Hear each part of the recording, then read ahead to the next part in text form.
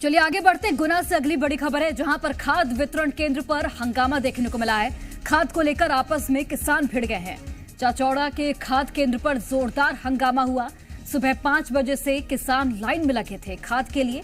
Line में किसान लगे थे, लेकिन कई ऐसे किसान हैं जिन्हें खाद नहीं मिल पा रहा और इसी वजह से जो ये हंगामा है वो देखने को मिला है।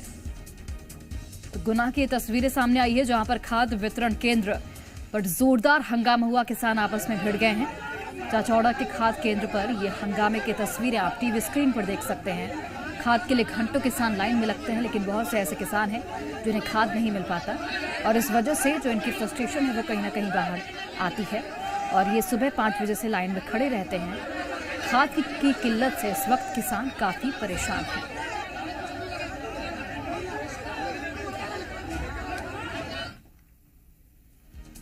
और देखिए, अशोकनगर में भी खाद का संकट गहराता जा रहा है। खाद गोदाम पर लंबी लंबी कतारें देखी जा रही हैं। डीएपी के साथ एनपी का कट्टा देने पर किसानों ने जमकर हंगामा किया है। डीएपी खाद कम होने की वजह से एनपी का कट्टा किसानों को दिया जा रहा है, जिससे किसानों ने लेने से इनकार कर दिया है और हंगामा किया गया। वहीं अधिकारियों ने समझाइश देकर किसानों को शांत कराया है। यहाँ पे खाद वितरण का ये केंद्र है। खाद वितरण में डीएपी 4 गट्टी और एनपी 4 गट्टी, लेकिन समस्या ये आ रही है कि कलेक्टर साहब ने ये आदेश किया है कि डीएपी के साथ आपको 4 गट्टी एनपी की भी लेनी पड़ेगी। ये गलत तरीका। एनपी के मिलता है गेहूँ में, हमें गेहूँ बोना ही नहीं है। हमें चना मसूर वो बोना है। हमारी यही मांग है, जब तक किसी को डीएपी चाहिए उतना दें, जैसे गेहूँ का चाहिए उसे गेहूँ दें। हमारे पास में खाद की पर्याप्त मात्रा अभी वर्तमान में है, लेकिन अभी स्थिति ये है कि सब लोगों को डीएपी बराबर मिले और एनपीके भी एक अच्छी जो खाद है उसके लिए अभी थोड़ा सा जो ग्रामीण क्षेत्र के लोग हैं, कई लोग सहज नहीं है, कई लोग ले भी जा रहे हैं जिनको जानकारी है।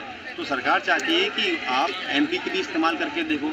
ये तो जरूरी नहीं कि जिसकी हम पे अगर कमी है तो हम वो अगर महंगा मिल रहा है तो उसी को लें।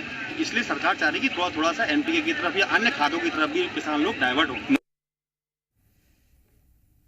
और चलिए इस खबर पर अधिक जानकारी के साथ हमारे सहयोगी करतार सिंह लाइव जुड़ गए हैं। करतार, जिस तरीके की हम तस्वीरें देख पा रहे हैं, खाद वितरण केंद्र पर किसानों की लंबी लंबी जो कतारें हैं वो देखने को मिल रही है और कई ऐसे किसान हैं जो सुबह 5 बजे से लाइन में खड़े रहते हैं, लेकिन उसके बावजूद भी उन्हें खाद नहीं मिल पाता।